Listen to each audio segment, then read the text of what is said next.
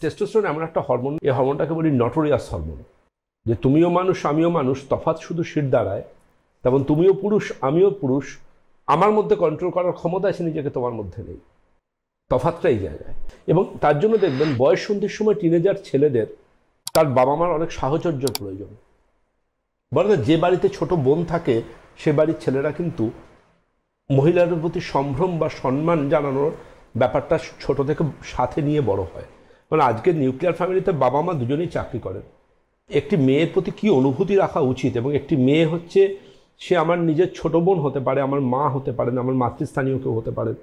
আমাদের মেয়েরা হচ্ছে আমাদের শক্তিরূপে সংস্থিতা, আমাদের আদ্যা শক্তি। তো অটোমেটিক্যালি একজন মেয়ের প্রতি সম্ভ্রম কিন্তু তার ছোট থেকে তৈরি করতে বাধ্য থাকবে তার বাবা এবং মা।